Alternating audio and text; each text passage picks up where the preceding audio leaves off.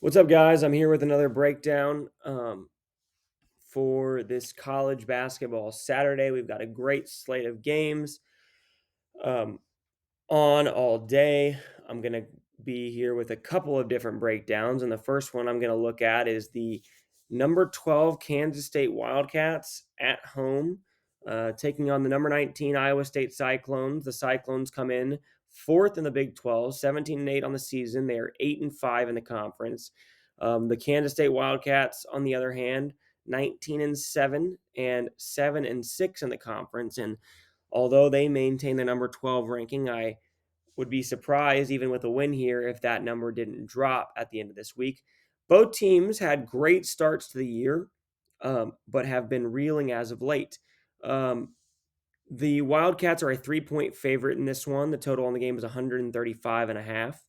And I'm going to be focusing on the line and the game breakdown and tell you which side I like in this one. As I mentioned, both teams are not playing their best basketball as of late. The Wildcats have actually lost four of their last five games, and the Cyclones just 2-3 in their last five. So neither team playing great ball, but I do believe this is a big game for the Wildcats. They started off 3-1 in the conference. At one point, they were in first place in the Big 12 and struggled as of late, but um, if they lose this one, they'll drop to 500 in conference play. They currently sit in fifth, the Cyclones in fourth. There's a three-way tie at top of the Big 12 with Baylor, Texas, and Kansas all sitting at 9-4. So the Cyclones have a lot to play for too. That conference title is not out of the question for them with only a few games left, but a loss here would put them no doubt 2 games behind at least one team, as Kansas and Baylor play tomorrow. So one of those teams will be 10-4 after tomorrow. And the Cyclones, with a loss, would be hard pressed to catch either of those teams. When you look at, though, the Kansas State Wildcats and the fact that they've lost four of their last five, three of those games have come on the road. And the game tomorrow will be a home game for Kansas State. Those three losses, one against Kansas, little bit of a revenge aspect for Kansas as the Wildcats got them earlier in the year at home. The other two to a Texas Tech team who is playing a lot better basketball and has won their last three road games. Their last three home games. And then a tough loss in their last one on the road at Oklahoma. The only home game the Wildcats have had in the past 5 games was a home game against TCU about a week ago, a game that the Wildcats won 82-61. They handled the Horned Frogs quite easily in that one. So 4 of 5 games came on the road. 3 of those losses came on the road. The only home loss the Wildcats had in the last 5 games was the game against the Texas Longhorns, who, as I mentioned, are tied for first place in the Big 12, which is the best conference in the country. And in that game, the Wildcats led by as many as 14. They controlled much of the game. They led by 11 at halftime, and the Longhorns, who are a great second half team, came out in the second half, had a great start, got back in the game, and their talent showed late. And they were able to overcome that deficit and get the win. But that is actually Kansas State's only home loss of the season. The Wildcats are 13-1 at home on the year. They are 7-1 at home in conference. And when you look at the Cyclones, the place they tend to struggle is on the road. Iowa State is 2-6 in true road games this season. They are 2-5 in conference road games. And when you look at the game, one of the key factors that I saw when breaking down the game was Iowa State's ability to force turnovers. When you look at the overall rankings in KenPom, Iowa State 15th in the country, Kansas State 26th. And both teams are pretty similar in how they're built. They're both defensively oriented teams. Iowa State, the eighth ranked team in the country defensively, according to KenPom, 74th offensively. So they are not a good offensive team by any stretch of the imagination.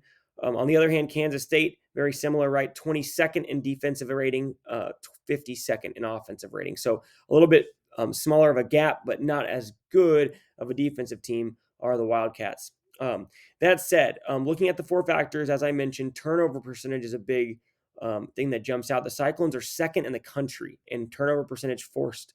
They have a great defense in terms of forcing turnovers. That means 26% of possessions on average ended a turnover for the opponent. And that makes it really difficult to beat Iowa State. That's how they're able to win a lot of games despite not being picked to finish high in the conference at all the last two seasons. Um, and when you look at Kansas State and what they struggle with, it's turnovers. And the Wildcats are 279th in the country in turnover percentage themselves. Now, that might be alarming to some, and on the surface, it is. But when you break it down further, you see that discrepancy isn't as big as you think. And that's because when you look at Kansas State at home, their turnover percentage decreases significantly. They're 19.9% turnover percentage when overall on the season. And when at home, that number decreases over 2.5%. And they improve to 93rd in the country in turnover percentage. And that's not a great ranking, but for a team that turns the ball over, it's encouraging to see that when they play at home, they're about three times better at turning the ball over. And That's going to play a big factor, I think, because Iowa State's ability to force turnovers not only is important for their defense, it's important for their offense. They don't score the ball well. They struggle to score in the half court. Nipsey, their point guard, Lipsey, their point guard, struggles to shoot the ball. Teams have been sitting off of him and basically allowing him to shoot threes if he chooses to do so. And they tend to play a lot through the low post. Um, they've got a lot of guys who aren't superior athletes on the outside. And so they need those turnovers to create offense and get them some points. And I think Kansas State will do a good job of taking care of the ball. Like I said, they've done a much better job taking care of the ball at home in conference play, which I believe is the best data points to look at. When looking at the other four factors, um, Iowa State is really unimpressive. They are in the bottom. I'm sorry, they're outside the top 92 in the other three factors. The other three, four factors, they're 92nd in offensive rebound percentage, and then they are outside the top 100 in free throw rate and in effective field goal percentage allowed. And when you look at Kansas State, what they do well plays into what Iowa State really struggles with, and that's getting to the free throw line. Kansas State gets to the free throw line at the 36th best rate in the country. And that's what free throw rate is when looking at the four factors. If you look at a KenPom page, right, you'll see they break down the four factors right here. I think that's a great tool to look at. It's usually indicative of who's going to win the game in terms of who wins more of the four factors. It's hard to win a game when you lose three of those four factors. And so looking at Kansas State, as I mentioned, one of the best teams or in the top 36 in the country and getting to the free throw line. And when you look at Iowa State, they are the 342nd worst team, as you can see right here, in free throw rate allowed, meaning teams get to the free throw line at a high rate. The average in Division One is 31.5, and the free throw rate allowed for the Wildcats is 41% or 41. And so Kansas State, a team that shoots the free throw pretty well, they're 75% as a team at home. And that's going to play a big factor. I think Kansas State is likely going to have a big advantage in free throw attempts this game. They will shoot, in my opinion, somewhere in the neighborhood of 7 to 13 more free throws than the Cyclones will in this game. And if they can knock down their free throws, which I believe they will, they're going to have a good chance to win this one. And you couple that with the fact that this is a home game for the Wildcats, and when you play home games, you tend to get a little better share of the whistle. Not always the case, but that tends to be the way it leans. And so I like the Wildcats to get to the free throw line a lot here.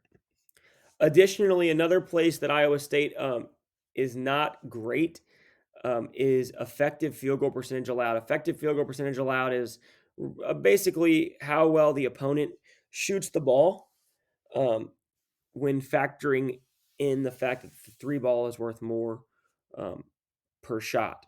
And they average 49.1% allowed, which is best for 112th in the country.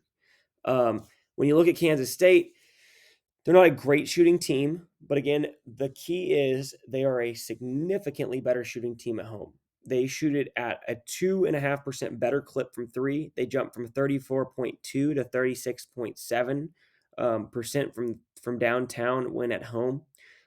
Similar increase on 2-point field goals, and an Iowa State team that does not do a great job of forcing teams into bad shots. They thrive on creating turnovers and forcing bad decisions. And so I believe Kansas State's going to have a pretty good day shooting the ball here. And this is a team that in Kansas State that's not a great offensive team. As mentioned before, they're 52nd in the country in offensive rating, but they have shown the ability to put up some points, right? In if you look at their home games this season, right, you can see they played home against Texas. I'm sorry, let me click on Kansas State here. When they played at home against Texas back in January, they put up 116 points, right? Um, Even on the road here, a game after 97. Okay. They've got a couple games in the 80s, right? This is a team that is capable of scoring a lot of points. And if they get against a team who doesn't defend all that well in terms of effective field goal percentage, that's when they tend to have their big games. And that's the spot we're in here. Looking at personnel, it's a very similar story, right? Iowa State has a couple of really good players, but the key is that they do not play as well on the road. Jalen Holmes, their leading scorer, averaging 13 and a half a game, 3.5 rebounds, close to 3.5 assists. He shoots the ball at a 37% clip from downtown. He, when on the road, that number will decrease by 10%. That is a significant number. His effective field goal percentage decreases by 10%. His 3-point percentage decreases by 12.5%. His turnovers go up by 1, and his points per game drop 4 points per game. So a significant difference in his home versus road performance. When you look at Gabe Kalsher, their second leading scorer, 12.5 a game, 2.5 rebounds, on the season shooting about 34.5% from three. A similar dichotomy there. Kalsher shoots it at 41% from three, when at home just 27%, when on the road a 14% decrease. From the free throw line, 75% when at home, just 70% from the free throw line on the road. His overall field goal percentage dips 6% from home to away. All three of their top leading scorers, which also includes Caleb Grill, their turnover output increases by 1 per game when on the road. Grill, probably the best shooter of the bunch, shoots it at about 37%, close to 38% from three. And I think if Iowa State has any chance to win this game, it's because he shoots the ball well. And again, when you look at his 3-point percentage, it's not as big of a drop as the other two, but it still does dip 3%. And he goes from a highly effective 3-point shooter to about an average 3-point shooter, from about 37 to 33, 34% on the road. His points per game output drops nearly 4 points when playing at home versus playing on the road. And so these discrepancies are massive, and I think they're going to play a big role. When you look at Kansas State, on the other hand, it's kind of a flip side, right? You have Keontae Johnson, the leading scorer for the Wildcats. He's north of 17 points per game, which leads the team. He also leads the team in rebounds at nearly 8 per game, and he shoots the three ball at 41%. When he's on the road, he shoots it at just 37%, 44% at home from downtown. An elite shooter when playing at home for the Wildcats in their home stadium. When you look at his turnovers, 4 per game, which is extremely high. And like we said, that's going to play a big role. When he goes at home, 2.5, nearly a 1.5 turnover difference home to road. Then you look at Marquise Noel, their second leading scorer, another guy they rely on. He's a 5'8" senior guard out of Harlem, a tough nosed, good quick defensive player who can score it, and they tend to go to him and Johnson late. Noel averages nearly 17 points per game, just under Keontae Johnson's output. He leads the team in assists at nearly 8 per game, one of the top in the Big 12 there, and averages almost 2.5 steals. Really effective player. Another guy whose turnovers dip when on the road. 3.5 turnovers on the season. That dips significantly when he plays at home. Um, and as mentioned, getting to the free throw line is going to be important. Both of these guys, when you look at their top four scorers, all shoot it 73% or better from the free throw line.